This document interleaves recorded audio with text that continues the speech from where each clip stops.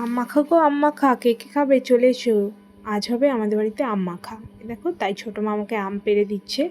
এই যে আম পেড়ে দিল, তারপরে আমগুলোকে পরিষ্কার করে, এই যে কিছু আমগুলোকে পরিষ্কার করে ধুয়ে কাটতে বসে পড়লাম। এই যে মা কেটে দিচ্ছে, আমি কাটিনি, মাই মেখেছিল যে আমটা।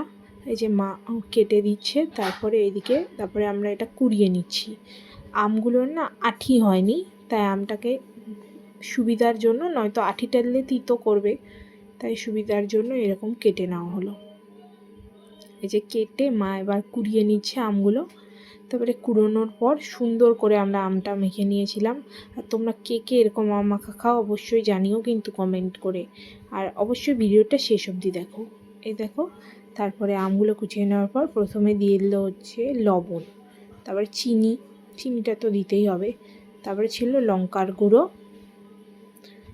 গুঁড়োর পর দিয়েছিল কাঁচা লঙ্কা, লেবু পাতা, আরও যা যা দেয় তোমরা জানোই, এটা কোনো রেসিপি শেয়ার করার মতো না। তারপরে আরও কাসুন্দিও দিয়েছিল, হ্যাঁ এটা বলার কথা ভুলে গিয়েছিলাম। এই যে কাসুন্দি দিল, তারপরে সুন্দর করে মা মেখে নিল আমটা। তোমাদের এরকম আম মাখা খেতে কার কার ভালো লাগে অবশ্যই জানিও কিন্তু। দেখেছো কি সুন্দর করে মেখে নিল, আমার তো এখনই মনে হচ্ছে খেয়ে নিই ভিডিওর এপার থেকেই। কি দারুণ হয়েছিল সেদিন, টেস্টি। তোমাদের কার কার এরকম সুন্দর আম মাখা খেতে ভালো লাগে অবশ্যই জানিও কিন্তু। আর কার কার লোভ লাগছে অবশ্যই জানিও।